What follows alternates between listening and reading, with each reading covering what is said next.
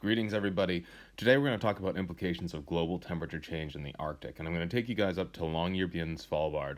Now, I used to think it was called Longyearbyen because if you live in Svalbard, it's a really long year, but actually it turns out that this place was founded by a Norwegian American, John Longyear, who started the coal mining business in this area. Um, it's actually pretty appropriate because in talking about global temperature, we really have to look at the Arctic as the canary in the coal mine. And if you don't know what that means, you've got the opportunity to learn two things today.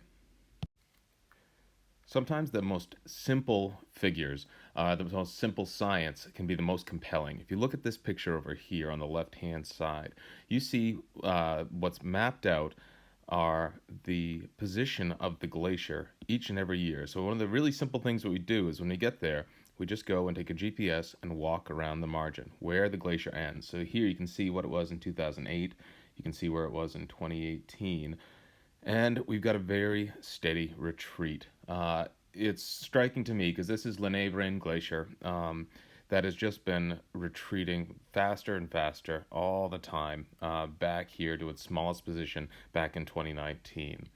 And we see where it was back in 1936. And this is one of the real strong pieces of evidence that, hey, guys, the ice is melting. One of my favorite things too is that forever in the scientific record is this little blip where the person that was doing the GPS tracks had to go pee really quickly and then went off here to the side. But anyways, this is some pretty compelling evidence, at least for one glacier. But we got to think about what's going on all over the Arctic. Now, the Arctic can be defined a few different ways, but traditionally, it's this line that's at about 66 degrees latitude north that encompasses most of Greenland, the Queen Elizabeth Archipelago of Canada, Siberia, and Svalbard here, all the way up to the North Pole, which is not a landmass. Instead, it is usually just perennial sea ice. It is beautiful land up there, but it's very different than here in Maine. If you look at this landscape, this is Lake Linné, and Linné Brain Glacier is right there. This is one of my favorite places to be, but literally, it's rock and ice. You get a little bit of moss in the summertime, but it's a lot different than our landscape here in Maine, especially when you look out the window right now and everything's bursting with green. And it takes a special kind of weirdo to be up there doing work, but I highly suggest if you can ever make it to Alaska or the northern latitudes anyway, go do it. It's amazing. Working with my friends back in 2002, now Anna Felton's a petroleum geologist. Aaron Putnam is a UMaine professor there, and this is a young Mr. Frost whose leg was almost taken off by an ice auger, so I get to wear duct tape around my leg for the rest of the expedition. And a not quite so young Mr. Frost here, where when you're working up in the Arctic, you got to do strange things like strapping motors onto your back. And I also want to stress here that if you go into science, the people that you work with is one of the most important things, and the connections that you make. All these people I've worked with here in the Arctic, from Ray Bradley at UMass, Mike Rottell, well, that's me, and Julia Savage. And it just turns out that Mike was Ray's advisor. I'm sorry, Ray was Mike's advisor, Mike was my advisor, and I was Julia's advisor. So that's why we took this picture in the first place. If you get into science, connections are huge. Especially connections in general at Thornton Academy. Talk to your teachers, see what their backgrounds have been, and if that interests you, use them as a resource. And the devil cat. That's my wife's cat, Ed. Sorry about that. So getting back to specifically about temperature change in the Arctic, this map shows you the temperature change from 1960 to 2019. And in general, just kind of looking at it, you can kind of see that, oh, the reddest part's up here. But what it does down here is it breaks down the mean. That means the average here, the average degrees change at different latitudes. So at the equator, you can see it was this much. At 30 degrees, it was this much. But once you go up here to the Arctic, you can see that that area has increased in temperature by up to 4 degrees, and that's scary. If you got an area that's teetering on freezing or not freezing, that's a really, really big deal.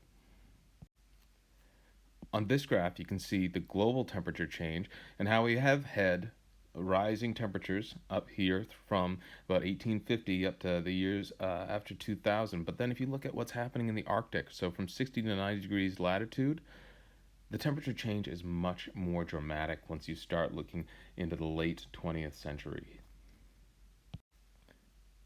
And this is worrisome for so many different reasons.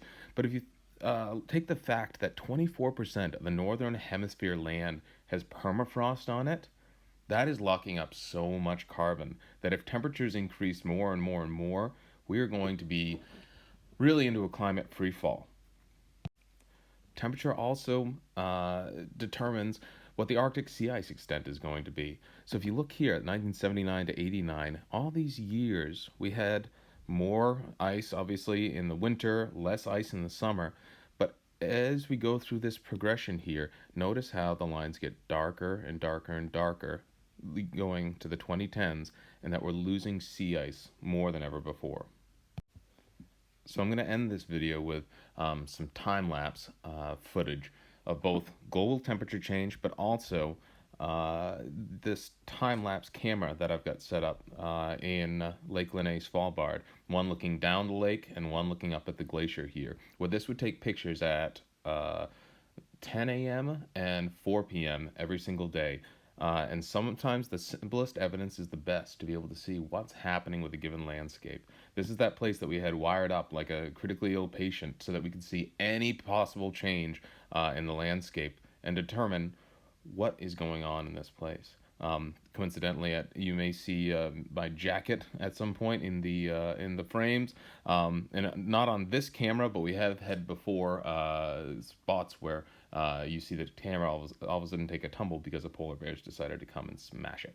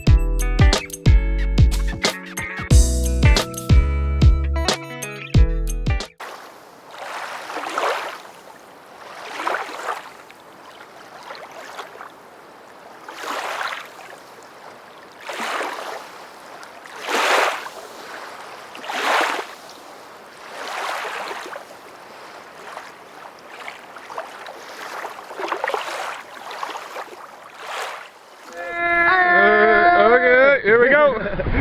Ready? 1, 2, go! Oh, come on, come on! Oh, It's going, it's going. it's going. It's going. Yes! Woo! Oh! Yeah.